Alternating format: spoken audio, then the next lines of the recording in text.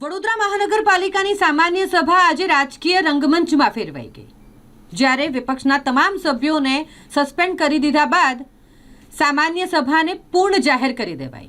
આ સામાન્ય સભા વિશેષ રૂપે બજેટ પર ચર્ચા માટે મળી હતી।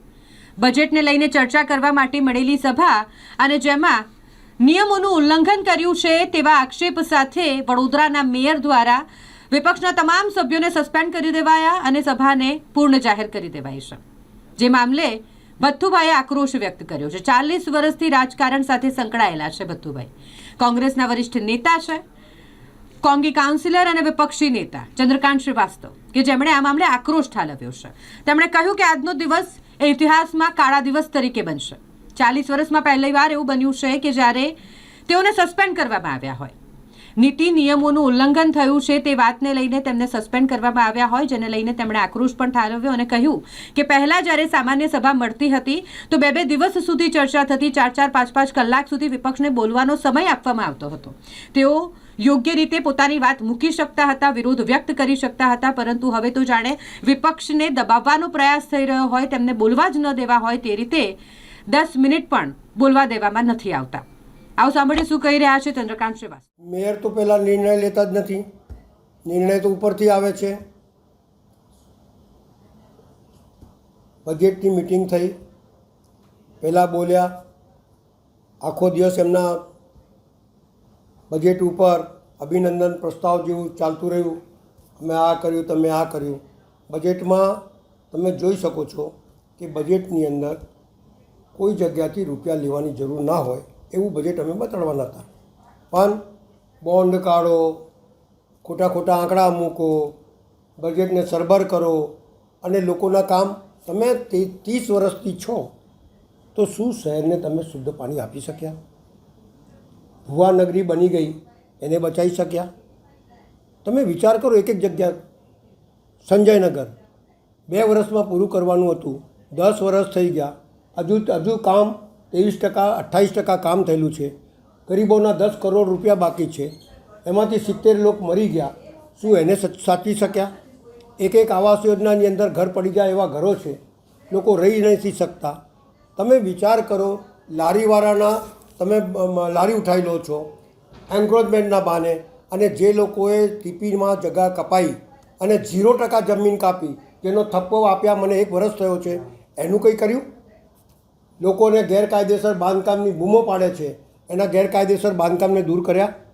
તમે બજેટની અંદર તો જાણો બહુ મોટું કામ કરવાના છે એવું લખી આવ્યું છે, પણ આજે 10-20 વર્ષથી તમે તરસાલી જુઓ, તરસાલીની અંદર વિજયનગર સૌથી પહેલાં કોર્પોરેશને આ સોસાયટી બનાવી, એની પાછળ રૂપારેલ કાંસનું પાણી ગંદુ વહે છે, લોકોના બર્તન કાળા થઈ જાય છે, લોકો બચારા બીમારથી ત્રસ્ત છે।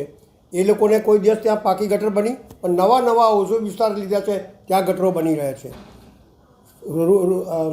સ્લોટર હાઉસ આજે 30 વર્ષથી હું બૂમો પાડું છું, એ સ્લોટર હાઉસ હટ્યું, લોકોને દુર્ગંધ મારે છે, કોઈ રહી શકતું નથી। શું એવું કામ કર્યું છે તમે વડોદરા શહેરની અંદર? 30 વર્ષની અંદર તમે લૂંટ સિવાય બીજું કશું કર્યું નથી। જે પાણી 180 રૂપિયાના 3 ટાઈમ મળતું હતું, એની જગ્યા પર 1600 ને 1200 રૂપિયા લો છો, તો બી પાણી તમે શુદ્ધ આપી શકતા નથી। તમે વિચાર કરો, ઘરનો વેરો 100-200 રૂપિયા હતા, એના તમે કેટલા રૂપિયા કરી દીધા? જોઈ લો તમે જઈને। આ શિક્ષણ સમિતિ જે 7 કરોડ રૂપિયામાં ચાલતી હતી, એની જગ્યાએ 280 કરોડ રૂપિયા થઈ ગયા।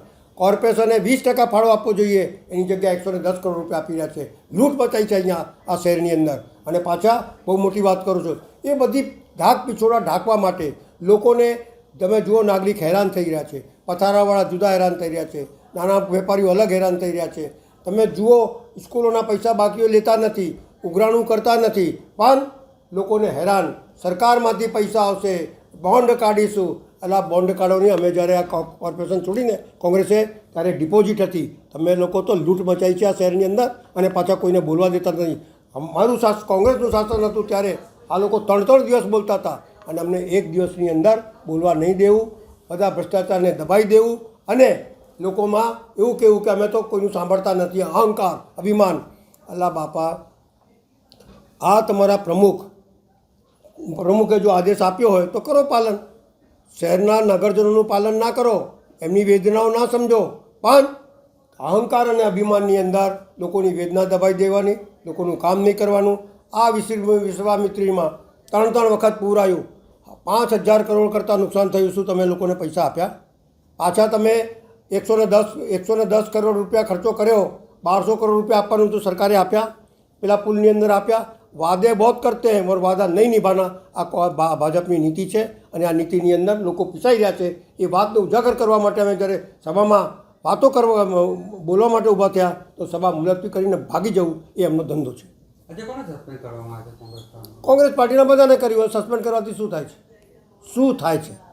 શું અમારી અવાજ દબાઈ જશે? શું અમે લોકોની વચ્ચે નહીં જઈએ? શું લોકોને અમે ઉજાગર નહીં કરીએ? બધું જ થવાનું છે. કારણ કે આ તો સારું થયું કે તમારું અહંકાર ને અભિમાન ભ્રષ્ટાચારને દબાવવા માટે તમે જે કરી રહ્યા છો એ લોકહિત માટે નથી. અને લોકહિત એ છે કે સાચી લોકશાહીની અંદર લોકોને બોલવા દેવું પડે. કાલે ઉઠીને તમને દબાવશે, પણ આ ચોથી જાગીર છે, દબાય નહીં. સારું નથી આવતું.